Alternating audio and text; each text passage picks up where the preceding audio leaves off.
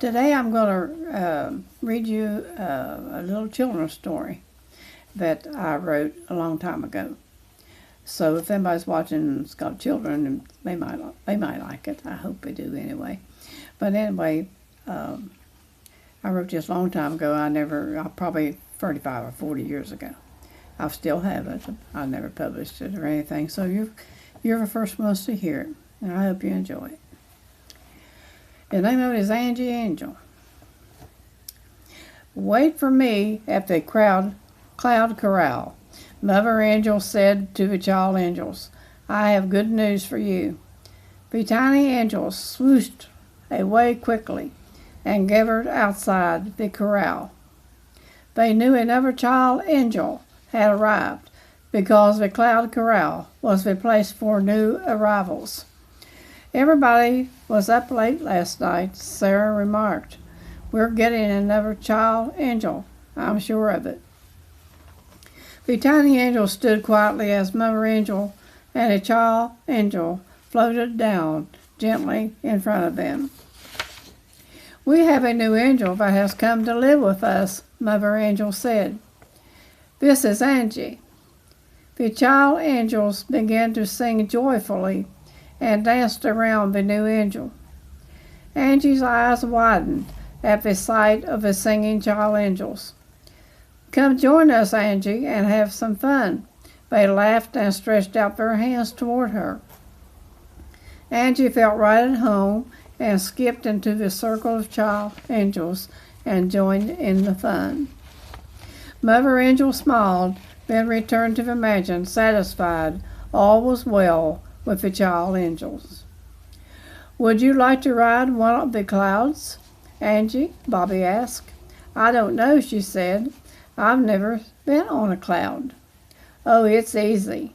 We will teach you, Sarah remarked. Angie watched the riding clouds through the gold strand fence as they pranced about in their white cotton coats that sparkled in the morning sun. We can only ride the white clouds, Molly said. The pink ones are for the elders. The tiny angels grabbed the silver saddles from the golden bars and strapped them onto the puffy clouds. Angie watched as they saddled up and learned how to snap the golden buckles into place. Poof, they were off. Angie couldn't ride as well as the other angels and fell behind. She yelled for them to wait, but they couldn't hear her. Okay, I know what I'll do, she said. I'll go back and get a pink cloud. It will go faster, she said, and whisked the white cloud around and headed back to the cloud corral. Angie placed the saddle on a large pink cloud. I hope you go faster than the white one, she said as she mounted. The big pink cloud swooped out of the corral and soared high into the air. In seconds, she was streaking across the blue sky. You are fast, she shouted. Go, go, go. Angie sailed so fast and was having so much fun, she had forgotten about the other angels until she passed over them. They looked up and saw Angie riding on the pink cloud. What does she think she's doing? Sarah screamed. I don't know, Annie said, but I wouldn't want to be in her wings. Go back, they shouted, but Angie didn't pay them any mind. She was having too much fun. She waved at them and disappeared behind the alpine clouds, and pink clouds sped on faster. Suddenly she saw something up ahead and tried to slow down, but pink cloud didn't want to stop. They crashed. Angie tumbled end over end as she rolled down through the puff clouds and dropped at the bottom in a pool of liquid snow. She was tangled and sloppy wet. Dazed, she sat in the pool and looked all around. She couldn't see very well through the swishing fog. She scrambled to her feet to get out of the cold water. It seemed like forever before the fog lifted. Angie knew she was a long way from the mansion, and she was scared, and she looked up at the tall mountain cloud. The only way up there is to climb it, so I might as well get started. She brushed herself off and put her feet into the tiny cracks and creases and held on to the fluffy edges. She scaled her way to the top and found Pink Cloud still ruffled from the wreck, standing in the middle of the Milky Way. "Thank goodness you waited for me. What did we hit?" she said. Pink Cloud moved slightly to one side. Angie saw a lofty bubble tree, and the bubbles were falling toward Earth. "Oh my, what will I do?" she said, and stepped upon a higher ledge where she could get a better look. Bubbles of all sizes and colors were breaking away from the tree and drifting downward. "I must go for help," she said. "Angie, Angie, what is your problem?" A soft voice came from nowhere. "Are you who I think you are?" she asked. "Yes." "I was just about to call you," she said. "I know. What are you doing near the bubble tree?" "I was riding the Pink Cloud and we crashed into it. I didn't mean any harm," she explained. "No one ever does," Soft Voice remarked, "but never mind that now. We have to stop the bubbles before they land on Earth."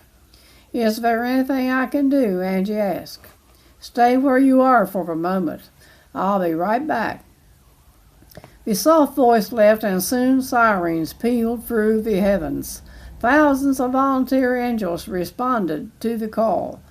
They froned around the soft voice for instructions. Soft Voice explained. "One of the child angels crashed into the bubble tree." "Oh," they moaned. "The bubbles are falling toward Earth." "Oh my," they moaned. "You must stop them quickly. They will confuse my people. Go now." The angels sped swiftly across the sky.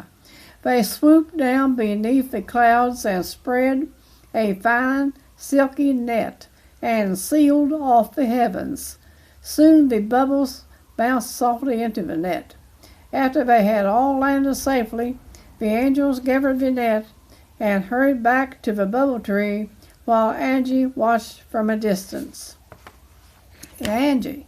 "Yes, I'm here," she answered. "Put the bubbles back on the tree," Soft Voice said. "I can't. They will burst." "No, they won't. You don't have to touch them. Just blow." "Okay, I'll try," Angie said, and took a long, deep breath and blew as hard as she could. The bubbles spun into the air and circled around and around over her head. One by one they drifted into the tree, and soon each one was back in its own place. Angie giggled. "They're back on the tree." "Good job. Now get on Pink Cloud and return to the mansion.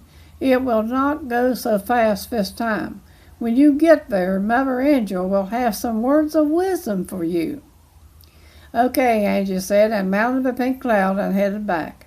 She knew she would be punished, and she dreaded going back. "I did a bad thing," she thought, "so I must be punished." When she arrived at the mansion, Mother Angel was sitting at the bottom of the golden stairs. "Come here, Angie," she called. Angie stepped a few paces closer. "Don't be frightened.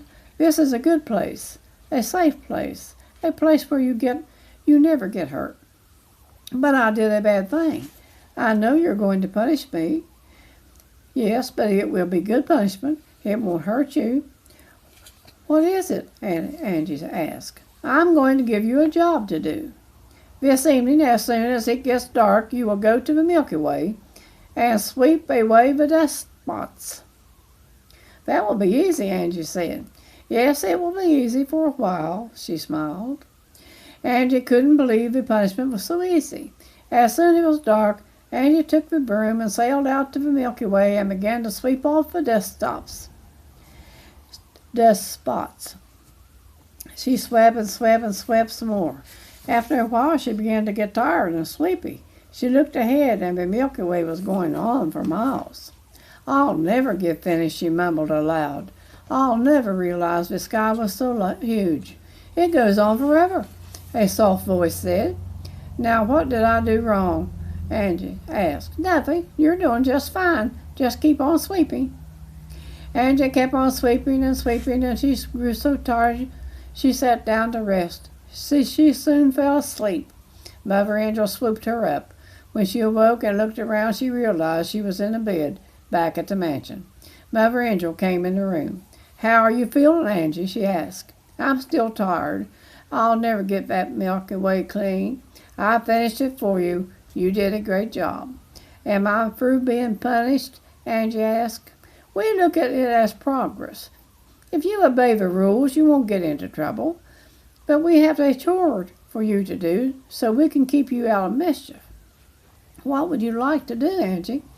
"I'd like to plant flowers," Angie answered. "Okay, the seeds are kept in the Golden Palace. Plant all you want." Angie jumped out of bed and sailed to the Golden Palace and swooped up an armload of flower seeds. She flew around and sowed the seeds in all barren places she could find. In just a few days, the only barren places were bursting with many different colors. "The fields are much prettier now," Angie said. All the child angels gathered around and praised Angie for a beautiful flower she had sowed. "Heaven never looked better," one said. "Now that you planted the flowers, Angie, what are you going to do next?" "Rest," she smiled and looked out over heaven. "I'm going to rest." Well, that's my little story for children. I hope if one child gets to hear it, I hope she likes it. Thank you so much for your support. And every time I get a subscriber, it just tickles me to death. Thank you for all you do. Thank you, thank you, thank you.